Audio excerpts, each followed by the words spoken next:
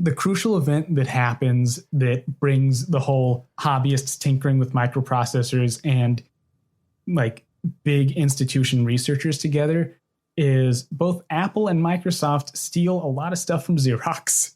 Really? Bill Gates described it as, I'm paraphrasing a little bit, but Xerox was like their neighbor, Apple and Microsoft's neighbor, that they both stole stuff from because they really did.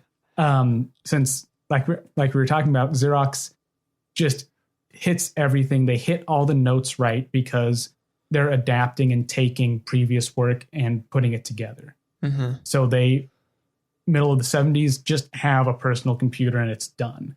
It could have just gotten smaller and cheaper and we would have all been using Xerox computers. Yeah. But what happens is to try to get their ideas out there because they're still corporate, but they're kind of an academic air type lab. They want to do demos and share their work with people because a lot of researchers there are coming from academia. So they have these kind of folkloric demos that they give to companies. One of the people that they give demos to are Apple employees. And at the time, Apple's like, hey, Steve Jobs goes up and he's like, I want some of my engineers to come look at your stuff. I've heard you're doing great things. And I think it was Bill English or one of their bigger engineers was just like, do not let Jobs in the building. He's going to steal stuff. And management's like, well, he offered us stock options and that sounds pretty good because Apple's going to IPO eventually. I mean, they're paying for it. And they let some Apple engineers in who get a demo of the Alto and see everything that makes a computer basically a modern personal computer. They go back to Apple and Jobs is like, make me one of those. Can I get one of those to go? Yeah. And they try. There's the Apple Lisa, which is their kind of first attempt at adapting what Xerox was doing, which works, but it's too expensive and too unreliable. Steve Jobs was managing that project and eventually actually got kicked off of it because he kept messing up their timelines and being like, this is great, but change these things and micromanaging them. And so they're like, come on, Steve, get out of our office.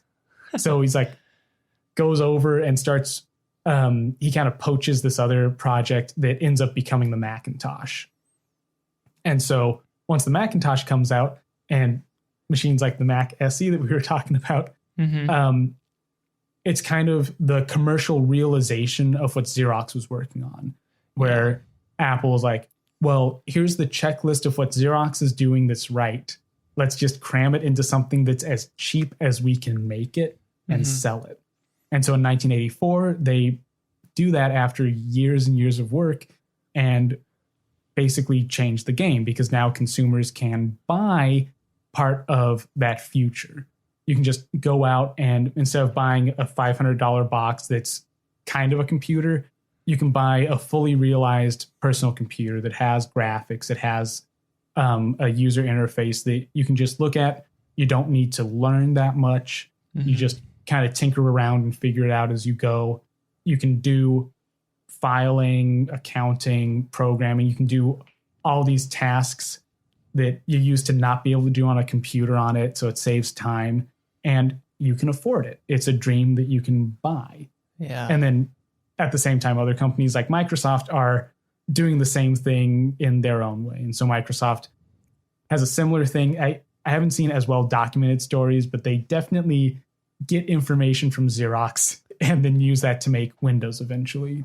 And that kind of brings us up to the modern day is once that gets into the public, that just becomes the status quo. So Xerox was they really kind of had like a gold mine there. They just didn't know what to do with it. They didn't know exactly how to sell it and they didn't hit it at the right time because imagine if Xerox, they could have released something very similar to the Macintosh probably in like 1978, 1979. And if they did, and if they sold it right, they would have just won. But the fact of the matter is the home market was very much this line of hobbyists tinkering with microprocessors. So that's what consumers were looking for. They're like, I want this typey type thing that I can kind of program on and do spreadsheets on.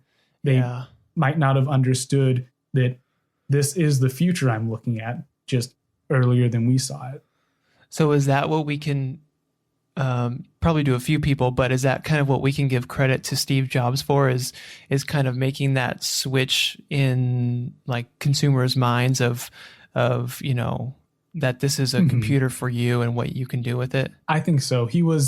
That's one of the things about Jobs, is that he was really good at stealing.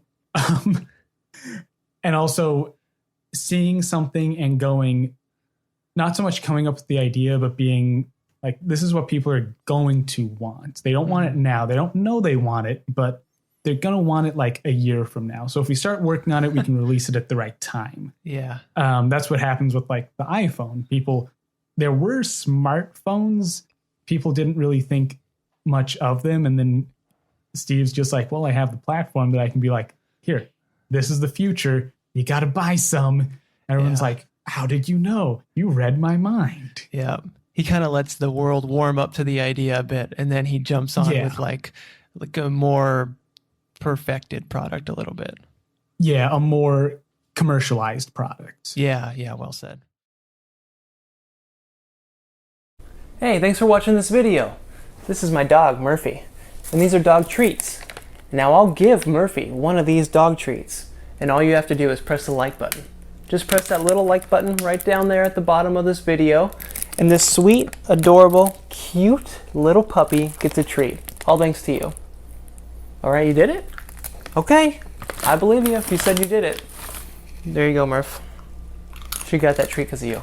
Now, I'll eat one of these treats, and all you have to do is click that subscribe button right there, pointing to it. Just click that subscribe button, subscribe to Curiosityness with me, Travis DeRose. Get lots of good video, and I'll eat this treat.